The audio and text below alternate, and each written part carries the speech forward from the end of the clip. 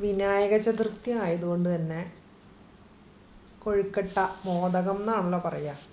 കൊഴുക്കട്ട എന്നാണ് ഞങ്ങളൊക്കെ പറയുക. ഞങ്ങളിവിടെ മോദകത്തിന് കൊഴുക്കട്ട എന്ന് തന്നെയാണ് പറയുന്നത് കേട്ടോ. അപ്പോൾ അതുണ്ടാക്കാമെന്ന് വിചാരിച്ചു. അപ്പോൾ അരിപ്പൊടി, ആവശ്യത്തിനുള്ള അരിപ്പൊടി എടുത്തു.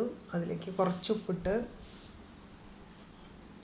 നല്ലോണം ഒന്ന് മിക്സ് ചെയ്ത് മാറ്റി വെച്ചു. അരമുറി നാളികേരം, അതിലേക്ക് ആവശ്യത്തിന് മധുരം കൂടുതലാണ് വേണ്ടത്. കാരണം ഗണപതിക്ക് മധുരമാണല്ലോ ഇഷ്ടം. അപ്പോൾ ശർക്കര ആവശ്യത്തിനിട്ട് കുറച്ച് ഏലക്കായ പൊടിച്ചതും കൂടി ചേർത്ത് നല്ലോണം മിക്സ് ചെയ്ത്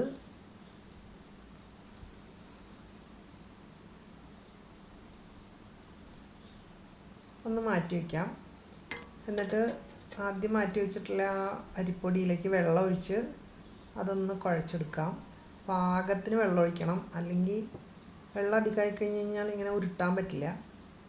അപ്പോൾ നല്ലോണം പാകത്തിന് വെള്ളം ചേർത്ത് കുഴച്ച്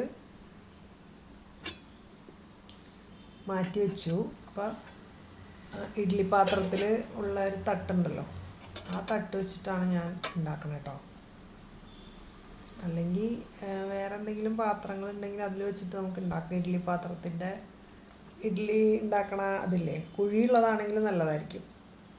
അല്ലെങ്കിൽ പിന്നെ ഇത് ഉരുണ്ടതായതുകൊണ്ട് അത്രയ്ക്ക് ഭംഗി ഉണ്ടാവില്ല എന്നേ ഉള്ളൂ, വേറെ കുഴപ്പമൊന്നുമില്ല. അപ്പം ഞാനത് പാത്രം അടുപ്പത്ത് വെച്ച് വെള്ളം തിളപ്പിക്കാൻ വെച്ചിട്ടുണ്ട്.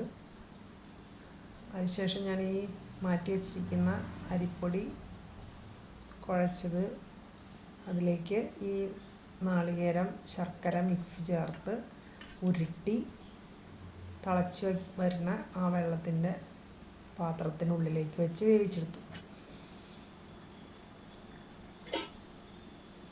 ചെറിയ തീയിലിട്ടാണ് വേവിച്ചത് കേട്ടോ. പതുക്കെ വേവുള്ളൂ, കാര്യം ഉള്ളിലേക്കൊക്കെ അതിൻ്റെ ആവി ചെന്ന് വേവണമല്ലോ. അപ്പോൾ പാകത്തിന് വെന്ത് കിട്ടിയിട്ടുണ്ട്. ചൂടാറിക്കഴിയുമ്പോൾ നല്ല സോഫ്റ്റായിരിക്കും. അങ്ങനെ ഞാൻ 7 എണ്ണം ഉണ്ടാക്കി കേട്ടോ. 7 മോദകം കൊഴുക്കട്ട ഉണ്ടാക്കി. ഗണപതിക്ക് ഇഷ്ടമുള്ളൊരു സംഭവമാണല്ലോ.